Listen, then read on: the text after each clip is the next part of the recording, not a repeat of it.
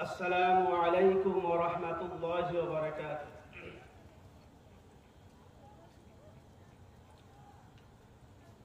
حامدا ومصليا أما بعد. الحمد لله نحمده ونستعينه ونستغفره ونؤمن به ونتوكل عليه ونعوذ بالله من شرور أنفسنا ومن سيئات أعمالنا من يهده الله فلا مضل له ومن يضلله فلا هادي له ونشهد أن لا إله إلا الله وحده لا شريك له ونشهد أن سيدنا ومولانا ومحمدا عبده ورسوله أما بعد فقال الله تعالى في كلامه المجيد وفي فرقانه الحميد أعوذ بالله من الشيطان الرجيم بسم الله الرحمن الرحيم إنما المؤمنون الذين إذا ذكر الله وجلت قلوبهم وإذا تليت عليهم آياته زادتهم إيمانا وعلى ربهم يتوكلون فقال النبي صلى الله عليه وسلم طوبى لمن يعمل في الليلة النصف من شعبان وقال النبي صلى الله عليه وسلم من صام 15 من شعبان لم تمسه النار أبدا وقال النبي صلى الله عليه وسلم إن الله يرحم وساة أمته في ليلة النصف من شعبان بعدد شعور أنعام بني قلب بني ربيع مضر الحمد لله সর্বগ্রীব সর্বাধিক প্রশংসা জানাই সেই মহামহিমান্বিত মহামহিয়ান গরিয়ান সর্বশক্তিবান কৃপাবান দয়াবান ও অত্যন্ত মেহেরবান যিনি হলেন এই গোটা বিশ্বের স্রষ্টা ও নিয়ন্তা পরওয়ারদিগার আলম ইলাহুল আলামিন যিনার হুকুম ছাড়া চন্দ্র সূর্য উদিত হয় না ও অস্ত যায় না যিনার হুকুম ছাড়া সমুদ্র একটি ঢেউ পর্যন্ত খেলে না সেই মহান রব্বুল আলামিনের দরবারে আমরা সকল রকমের কৃতজ্ঞতা জ্ঞাপন করি আমরা সকলে বলি আলহামদুলিল্লাহ তারপর পরে জানাই আমার নবী আপনার নবী সারা বিশ্বের নবী সেই আব্দুল্লাহর বেটা মা আমিনার লাল মরুর দুলাল আকায়ে নামদার তাজদারে মদিনা আহমদ মুস্তাফা মুহাম্মদ মুস্তাফা সাল্লাল্লাহু আলাইহি ওয়াসাল্লামের প্রতি সদর দরুদ ও সালাম শান্তির ধারায় বর্ষিত হতেই থাকুক আমরা সকলে বলি আল্লাহুম্মা আমিন আল্লাহুম্মা আমিন সদীয় সম্মানিত সভাপতি মহাশয় এবং স্টেজে বসে থাকা আমার উস্তাদ হযরতগণ এবং আমার সামনে বসে থাকা আমার ভাই ও বাপজিরা এবং পর্দার আড়ালে থাকা আমার মা ও বোনেরা সকলকে আমার আন্তরিক সালাম ও শুভেচ্ছা জানিয়ে আমি আমার মূল বিষয় দেখে এগিয়ে চলবো ইনশাআল্লাহ সদীয় সম্মানিত গ্রামবিন্দু এবং আমার সামনে বসে থাকা জ্ঞানীগুণী বুদ্ধিজীবী ভাইরা আমরা সকলেই অবগত আছি যে আজ 14ই ফেব্রুয়ারি এটা আমরা সকলেই জানি 2025 14ই ফেব্রুয়ারি 2025 আর আরবি বছরের এই মাসটি হলো শাবান মাস এই শাবান মাসের আজকে হলো 14ই শাবান অর্থাৎ শবে বারাত যেটা আমরা সকলেই জেনে থাকি এই শবে বারাত আরবি বছরের অষ্টম মাস যে মাসটার নাম হলো শাবান মাস এই শাবান মাসের আজকে 14 তারিখ শবে বারাত এই মাসের অত্যন্ত ফজিলত এবং গুরুত্বপূর্ণ কেননা এই মাসের 14 তারিখ দিন গুতে রাত্রে শবে বারাত এই কারণে এই মাসের ফজিলত অনেক বেশি। এই রজনীভর জাগরিত থেকে নফল ইবাদত বান্দিকে করিলে অসংখ্য সওয়াব লাভ হবে, বলো সুবহানাল্লাহ। এই ফজিলত, এই মর্তবা এত বেশি কেন? জনাব রাসূলুল্লাহ সাল্লাল্লাহু আলাইহি সাল্লাম হাদিস পাকের মধ্যে বলেছেন, তুবা লিমান ইয়ামালু ফিল লাইলাতিন নিসফি মিন শাবান। যখন শাবান মাসের 14 তারিখ অর্থাৎ 15 তারিখ আসবে, ওই মাসে তোমরা ইবাদত বান্দিগিতে মজবুত থাকো, ইবাদত বান্দিগিতে মকবুল থাকো, তোমরা ইবাদত বান্দিগি করতে থাকো। আর যে ব্যক্তি এই শাবান মাসের 14 তারিখ ইবাদত বান্দিগি করিবে, তাদের জন্য সৌভাগ্য ও আনন্দ, বলে সুবহানাল্লাহ। কিন্তু আজ 14 শাবান, আজকে আমরা মিলাদ মাহফিলের মধ্যে আছি, কিন্তু 14 শাবান যে ইবাদতের কথা বলা হয়েছে, এই মাহফিল যে শুনবে সেও ইবাদতের গণ্য থাকবে, বলে সুবহানাল্লাহ। আর যে সৌভাগ্য আনন্দ কি, জনাব রাসূলুল্লাহ সাল্লাল্লাহু আলাইহি ওয়াসাল্লাম হাদিস পাকের মধ্যে বলেছেন, মান সামা খামিস আশারা মিন শাবান। যে ব্যক্তি এই শাবান মাসে ইবাদত করিবে এবং রোজা রাখবে, লাম তামাসসাহুন নার আবাদা, জাহান্নামের আগুন তাকে স্পর্শ করতে পারবে না, বলে সুবহানাল্লাহ। আল্লাহ রাসূল সাল্লাল্লাহু আলাইহি সাল্লাম হাদিস পাকের মধ্যে বলেছেন, ইন্নাল্লাহা ইয়ারহামু উসাতি উম্মতি ফি লাইলাতিন নিসফি মিন শাবান বিআদাদি শুউরি আনআমি বানি কালব বানি রাবি বানি মুদার। আল্লাহ রাসূল সাল্লাল্লাহু আলাইহি সাল্লাম বলেছেন, নিশ্চয় আল্লাহ রাব্বুল আলামিন এই 14 তারিখে বানি কালব বানি রাবি এবং মাদি মুদার এই তিনটি কওমের ভেড়া, ছাগল এবং উট, তাদের গায়ের পশমের সংখ্যা পরিমাণ গুনাহগার বান্দাকেও আল্লাহ রাব্বুল আলামিন মাফ করে দেবেন, বলো সুবহানাল্লাহ। হযরত আবু বকর রাদিয়াল্লাহু তাআলা আনহু বর্ণনা করেন, জনাব রাসূলুল্লাহ সাল্লাল্লাহু আলাইহি ওয়াসাল্লাম বলেছেন, যে ব্যক্তি শাবান মাসের 14 তারিখ দিন গত রাত্রে ইবাদত করিবে এবং রোজা রাখবে, তাদের জন্য সৌভাগ্য এবং আনন্দ। এবং এই রাত্রে আল্লাহ রাব্বুল আলামিন বান্দাদেরকে ডাকতে থাকেন, হে আমার বান্দারা, তোমাদের মধ্যে কোনো ক্ষমা প্রার্থনাকারী আছে কি? আমি তাদেরকে ক্ষমা করে দেব। আল্লাহ রাব্বুল আলামিন বান্দাদেরকে এরকম ভাবে এই রাত্রে ডাকতে থাকেন। হযরত আলী রাদিয়াল্লাহু তাআলা আনহু বর্ণনা করেন, জনাব রাসূলুল্লাহ সাল্লাল্লাহু আলাইহি ওয়াসাল্লাম বলেছেন, যে ব্যক্তি এই শাবান মাসের 14 তারিখ দিন গত রাত্রে ইবাদত করিবে, আল্লাহর হাবিব সাল্লাল্লাহু আলাইহি সাল্লাম বলেছেন, আল্লাহ রাব্বুল আলামিন এই সন্ধ্যার পরপরই প্রথম আসমানে অবতীর্ণ হন এবং অবতীর্ণ হওয়ার পরে বান্দাদেরকে ডাকতে থাকেন, ও আমার বান্দারা, তোমাদের মধ্যে কেউ ক্ষমা প্রার্থনাকারী আছে কি? আমি তাদেরকে ক্ষমা করে দেব। ও আমার বান্দারা, তোমাদের মধ্যে কেউ রিজকি প্রার্থনাকারী আছে কি? আমি তাদেরকে রিজকি দান করিব। ও আমার বান্দারা, তোমাদের মধ্যে কেউ সাহায্য প্রার্থনাকারী আছে কি? আমি তাদেরকে বিপদ মুক্ত করিব, বলো সুবহানাল্লাহ। এরকম ভাবে বান্দাদেরকে আল্লাহ রাব্বুল আলামিন ডাকতে থাকেন। হযরত আয়েশা রাদিয়াল্লাহু তাআলা আনহা বর্ণনা করেন, জনাবে রাসূলুল্লাহ এক রাত্রে জনাবে রাসূলুল্লাহ সাল্লাল্লাহু আলাইহি ওয়াসাল্লামের নিকটে গেলাম। তখন জনাবে রাসূলুল্লাহ সাল্লাল্লাহু আলাইহি ওয়াসাল্লাম উঠে জায়নামাজে দাঁড়িয়ে গেলেন। এটা আমার প্রতি তার অবাধ্য মনে হলো। তখন আমি কিছুক্ষণ পরে দেখতে পেলাম জনাবে রাসূলুল্লাহ সাল্লাল্লাহু আলাইহি ওয়াসাল্লাম সঙ্গে সঙ্গে সেজদায় পড়ে গেলেন এবং সেজদায় পড়ে তিনি ক্ষমা প্রার্থনা করছেন, সেজদায় পড়ে কান্না করতে লাগলেন এবং এই গুনাহগার উম্মতের জন্য ক্ষমা প্রার্থনা করছেন।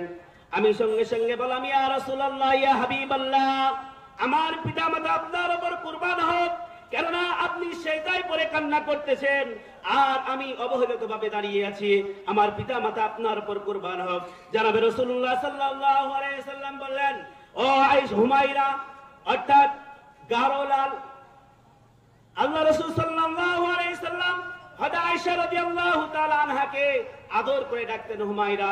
এই কারণে হযরত রাসূলুল্লাহ সাল্লাল্লাহু আলাইহি সাল্লাম বলে, হুমায়রা অর্থাৎ গারোলাল, তুমি কি জানো আজ কোন রাত? হযরত আয়েশা রাদিয়াল্লাহু তাআলা আনহা বলেন, ইয়া রাসূলুল্লাহ, ইয়া হাবিবাল্লাহ, আপনি এবং আল্লাহ এবং আপনি ভালো জানেন আজ কোন রাত।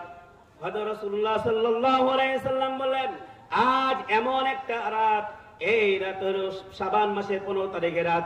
এই রাতে আল্লাহ রাব্বুল আলামিনের নিকট যদি কেউ ক্ষমা প্রার্থনা করে, আল্লাহ রাব্বুল আলামিন সেই ক্ষমা প্রার্থনা কবুল করে নেন, বলো সুবহানাল্লাহ। আল্লাহ রাব্বুল আলামিনের কাছে ক্ষমা প্রার্থনা করতে হবে। এটা হলো শবে বরাত রাত। যদি কাউরের গুনার রাশি ওই উহুদ পাহাড় পরিমাণ হয়ে যায়, মানুষ গুনাহ করতে করতে করতে করতে উহুদ পাহাড় পরিমাণ যদি কেউ গুনাহ করে ফেলে, আল্লাহ রাব্বুল আলামিন তাকেও এই রহমতের দিনে মাফ করে দিবেন। বলো সুবহানাল্লাহ। আল্লাহ রাসূল সাল্লাল্লাহু আলাইহি সাল্লাম বলেন, হযরত জিবরাইল আলাইহিস সালাম এসে আমাকে বলে গেলেন যে আপনি আপনার উম্মতদেরকে জানিয়ে দেন তারা যেন এই রাত্রে ইবাদত করে আর এই শবে বরাতকে জিন্দা করে। বলো সুবহানাল্লাহ। শবে বরাতকে জিন্দা করে, আর যে ব্যক্তি শবে বরাতকে জিন্দা করলো সে যেন শবে কদরকে জিন্দা করলো। বলো সুবহানাল্লাহ। অর্থাৎ জিন্দা করার মতলব কি?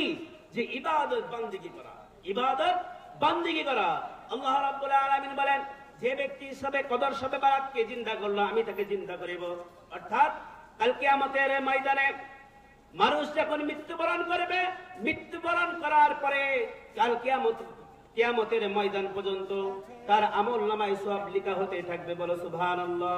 এরকম ভাবে আল্লাহ রাসূল সাল্লাল্লাহু আলাইহি সাল্লাম বয়ান করেছেন যে এই শবে বরাতের অনেক ফজিলত, যে ফজিলত আমরা হাসিল করতে পারি না, কিন্তু এই শবে বরাতে কিছু কিছু বেদাত কাজ আছে যেটা আমাদের মধ্যে অনেক প্রচলিত। কিছু কিছু বেদাত কাজ আছে। বেদাতের কি? বেদাতের আবিধানিক হলো নতুন উদ্ভাবন বা নতুন আবিষ্কার। বেদাতের আবিধানিক নতুন উদ্ভাবন বা নতুন আবিষ্কার, অর্থাৎ যে কথা, যে কাজ, যে আমল কুরআন ও হাদিসে নেই এবং কুরআন ও হাদিস তার সমর্থনও করে না, এইরকম কাজকে সওয়াবের আশায় পালন করার নাম হলো বিদআত। সব থেকে বড় বিদআত যে কুরআন হাদিসে যে আমল, যে কথা, যে কাজের কথা নেই, এরকম কাজকে সওয়াবের আশায় পালন করার নাম হলো বিদআত।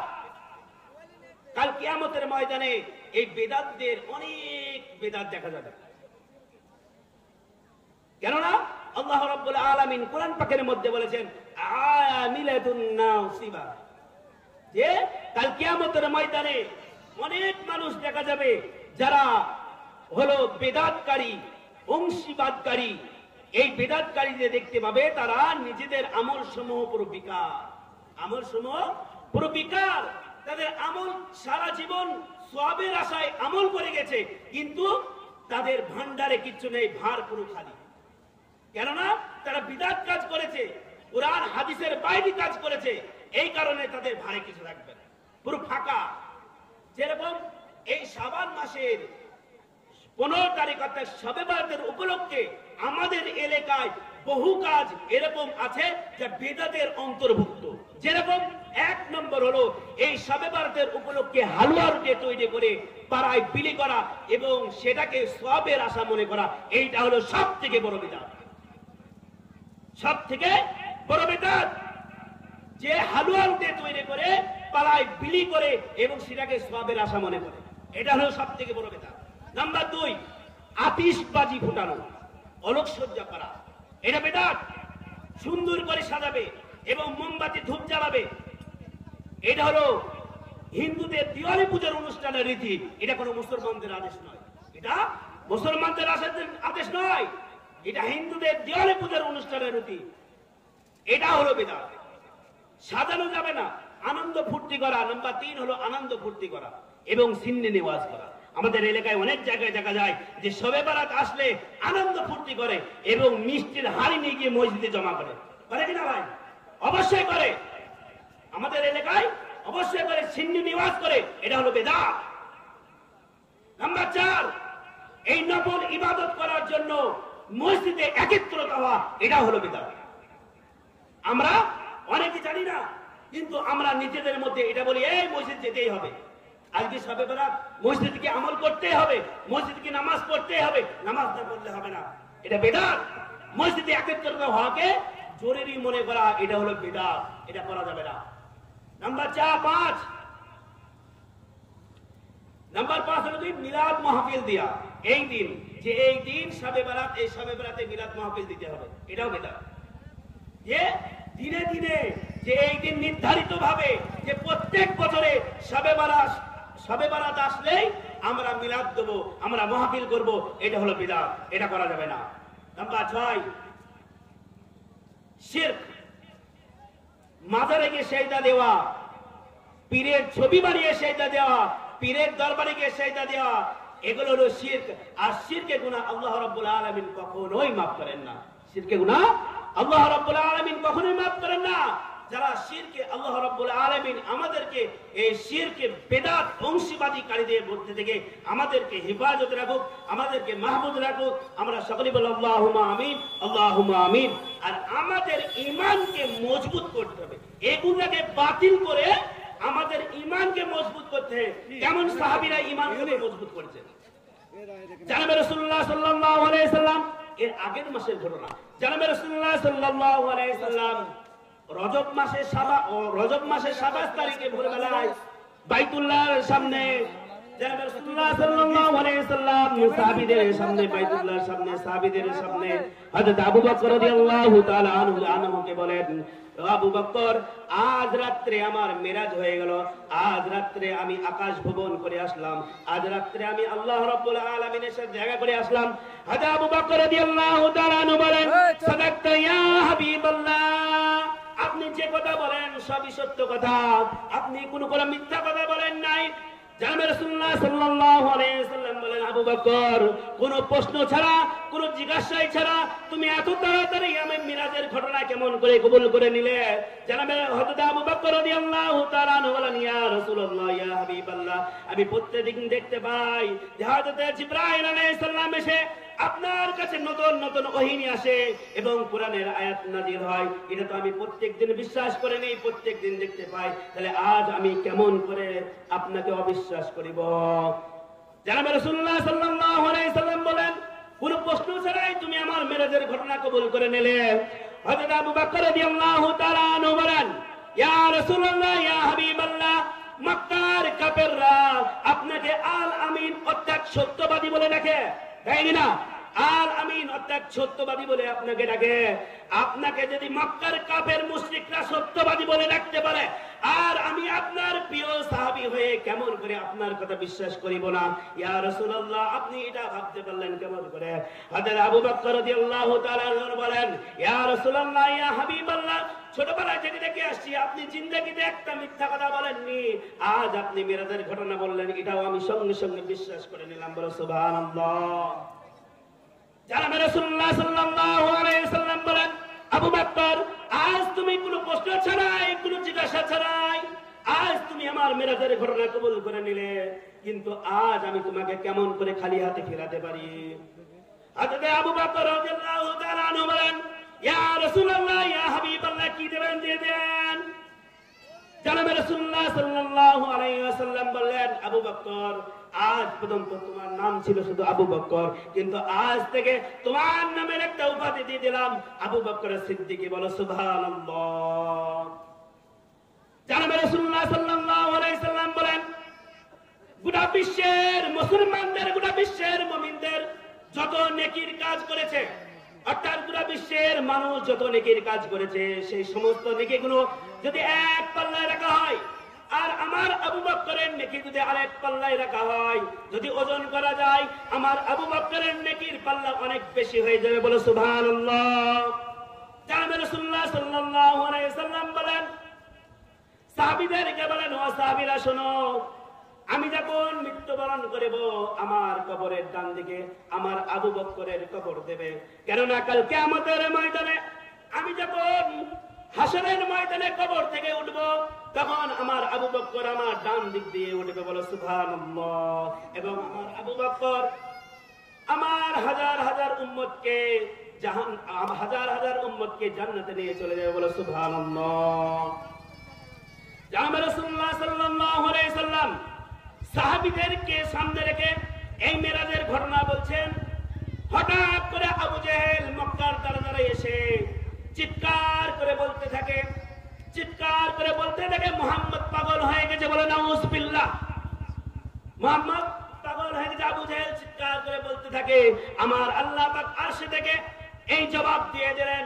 আল্লাহ পাক কুরআন পাকের মধ্যে বলেছেন, ওয়া মা সাহিবুকুম বিমাজনুন, ওহে নানা আমার বন্ধু, তোমাদের সঙ্গী পাগল হয় নাই, তুমি তো সত্য কথা বলেছেন। বলো সুবহানাল্লাহ। আবু জেহেল জানাবে রাসূলুল্লাহ সাল্লাল্লাহু সাল্লাল্লাহু আলাইহি সাল্লামের দরবারে হাজির হয়ে বলে, তুমি যে এমনিতেই মিথ্যা কথা বলো, আবার পাগল হয়ে গেলে আরো বেশি মিথ্যা কথা বলিবে। জনাবে রাসূলুল্লাহ সাল্লাল্লাহু আলাইহি সাল্লাম বলেন, ও হে আবু জেহেল, আমি কোনটা মিথ্যা কথা বললাম?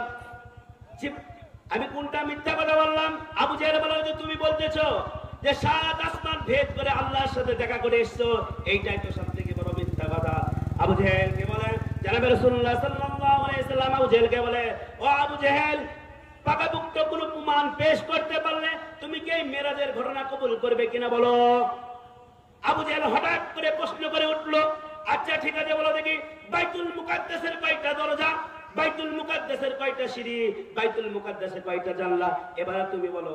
জানাবে রাসূলুল্লাহ সাল্লাল্লাহু আলাইহি সাল্লাম আল্লাহর সাথে সাক্ষাৎ করতে গিয়েছিলেন, আল্লাহর সাথে দেখা করতে গিয়েছিলেন, তিনি তো বাইতুল মুকাদ্দাসের কয়টা দরজা কয়টা সিঁড়ি সেটা তো গুনতে জাননি, ঠিক কিনা? হ্যাঁ, ঠিক কিনা? আল্লাহর সাথে দেখা করতে গেলেন তিনি, এবং কি বাইতুল মুকাদ্দাস, সেখানে তিনি ইমামত করেছেন।